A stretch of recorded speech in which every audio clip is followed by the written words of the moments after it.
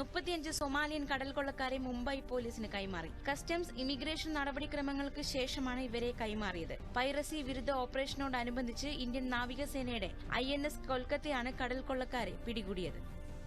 വടക്ക് കിഴക്കൻ ഇന്ത്യയിലെ കുപ്രസിദ്ധ മയക്കുമരുന്ന് കടത്തു പ്രതി ഉൾപ്പെടെ 3 പേർ പിടിയിൽ. അസം പോലീസും നാഗാലാന്റ് പോലീസും സംയുക്തമായി നടത്തിയ ഓപ്പറേഷനിലാണ് പ്രതിയെ പിടികൂടിയത്. അസമിലെ സോനിത്പൂർ ജില്ലയിൽ നിന്നായിരുന്നു പ്രതി പിടിയിലായത്.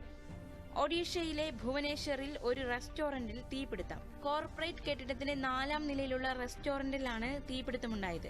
3.5 മണിക്കൂറിനുള്ളിൽ തീ അണച്ചുവെന്ന് ഉദ്യോഗസ്ഥർ പറഞ്ഞു. ബാങ്കിന്റെ ശാഖയും കോർപ്പറേറ്റ് ഓഫീസുമുള്ള കെട്ടിടത്തിൽ നിരവധി പേർ കുടുങ്ങി. കെട്ടിടത്തിൽ കുടുങ്ങിയ എല്ലാവരെയും രക്ഷപ്പെടുത്തിയതായി അധികൃതർ അറിയിച്ചു. പുതുച്ചേരി ലഫ്റ്റനന്റ് ഗവർണറായി CP രാധാകൃഷ്ണൻ ചുമതലയേറ്റു.